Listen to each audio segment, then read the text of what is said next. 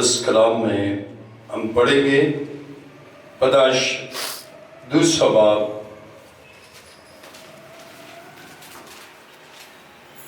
پیدائش دوسرا باب 18ویں آیت سے کلام مقدس کو پڑھیں گے۔ خدا کی کلام مقدس میں پیدائش دوسرا باب 18ویں آیت میں یوں مرقوم ہے، اور خدا نے کہا کہ آدم کا اکیلا رہنا اچھا نہیں، میں اس کے لیے ایک مددگار اس کی مانند بناؤں گا۔ اور خدا نے کل دشتی جانور اور ہوا کے کل پرندے مٹی سے بنائے اور ان کو آدم کے پاس لایا کہ دیکھے کہ وہ ان کے کیا نام رکھتا ہے۔ اور آدم نے جس جانور کو جو کہا وہی اس کا نام ٹھہرا۔ اور آدم نے کل چوپایوں اور ہوا کے پرندوں اور کل دشتی جانوروں کے نام رکھے، پر آدم کے لیے کوئی مددگار اس کی مانند نہ ملا۔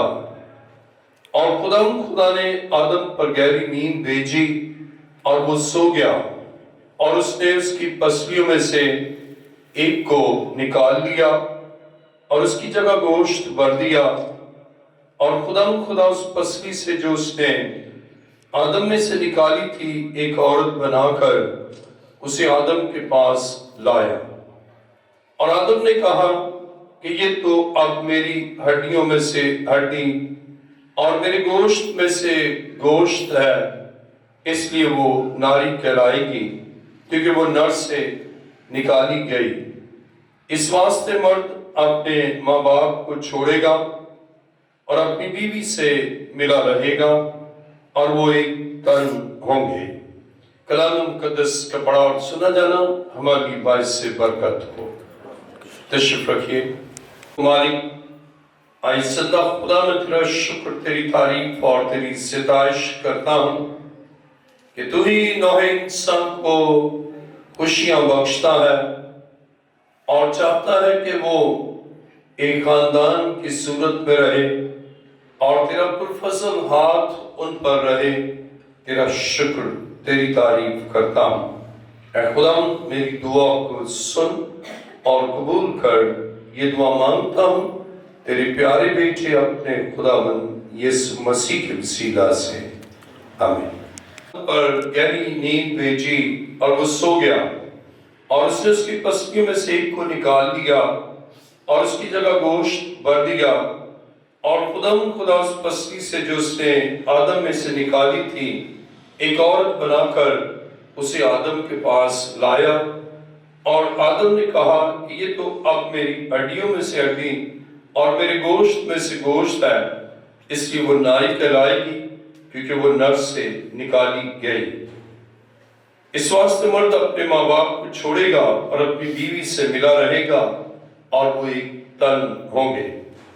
خدا کی کلام مقدس میں ہم پڑھتے ہیں، خدا جو کائنات کا خالق ہے اور اس سے تخلیق کی اور ہر ایک کو نر و مادہ پیدا کیا، تمام پرندگان کو، چرندگان کو، تاہم انسان کے لیے اس نے ایک مختلف انداز اختیار کیا کہ جب آدم کو اس سے بنایا تو آدم اکیلا ہے، اور وہ تمام جانور اور تمام جن کے نام کل دشتی جانور اور ہوا کے کل پرندے جن کو خدا نے بنایا آدم کے پاس لائے۔ 19ویں آیت میں لکھا، خدا نے کل دشتی جانور اور ہوا کے کل پرندے مٹی سے بنائے اور ان کو آدم کے پاس لایا کہ دیکھے کہ ان کے کیا نام رکھتا ہے۔ اور آدم نے جس جانور کو جو کہا وہی اس کا نام ٹھہرا۔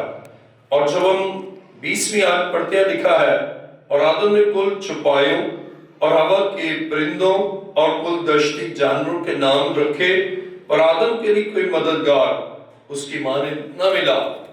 آدم نے پرندگان، چرندگان اور دشتی جانور سب کے نام رکھے، اور جو نام اس سے رکھا وہی نام ٹھہرا، لیکن اس کو کوئی ایسا نہ ملا جو اس جیسا ہو، اور وہ اکیلا ہے۔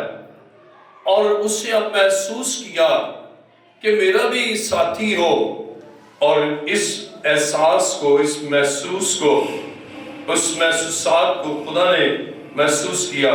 پیدائش دوسرے باب کے 18ویں آیت، اور خدا نے کہا آدم کا اکیلا رہنا اچھا نہیں، میں اس کے لیے ایک مددگار اس کی مانند بناؤں گا۔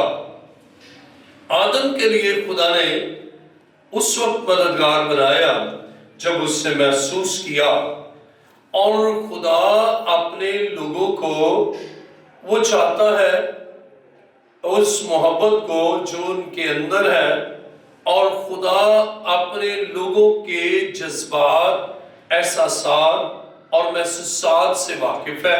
گویا خدا اتنا کنسرن رکھتا ہے۔ اب خدا نے آدم کے لیے اس کا مددگار بنایا، اور جب ہم خدا کی تخلیق پر غور کرتے ہیں، خدا نے حکم دیا اور بن گیا۔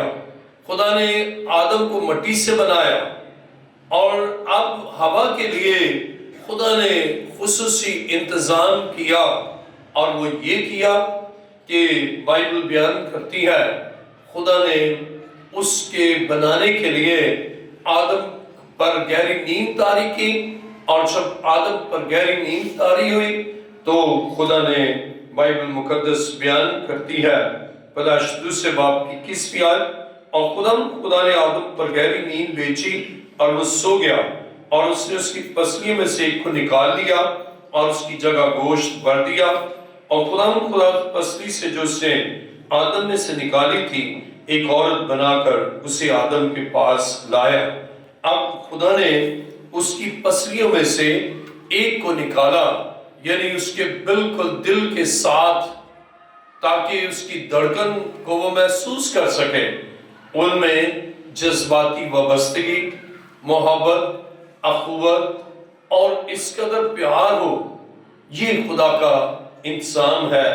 خاندان کی تشکیل میں یا خاندان کی تشکیل میں خدا کا یہ مقصد ہے کہ دونوں میاں اور بیوی باہم محبت اور پیار کے ساتھ رہیں، اور اس کا ہمیں اندازہ پیدائش دوسرے باب کی 23ویں آیت سے ہوتا ہے۔ اور آدم نے کہا کہ یہ تو اب میری ہڈیوں میں سے ہڈی اور میری گوشت میں سے گوشت ہے، اس لیے وہ ناری کہلائے گی کیونکہ وہ نر سے نکالی گئی۔ اب یہ محبت جس کی بنیاد پر خدا خاندان کو تشکیل دیتا ہے، کہ آدم نے دیکھا اور ہوا کو دیکھتے ہی کہا، فرسٹ سائٹ میں ہی اس نے کہا کہ یہ تو میری ہڈیوں میں سے ہڈی اور میرے گوشت میں سے گوشت ہے، اور اس طرح ان دونوں میں بامی محبت ہم آہنگی ہے۔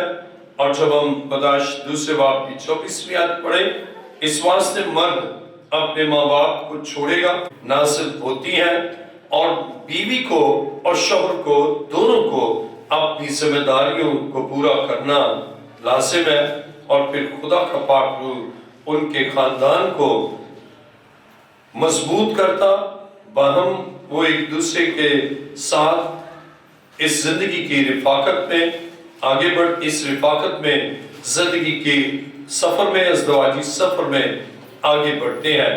اب دونوں کی ذمہ داریاں کیا ہیں؟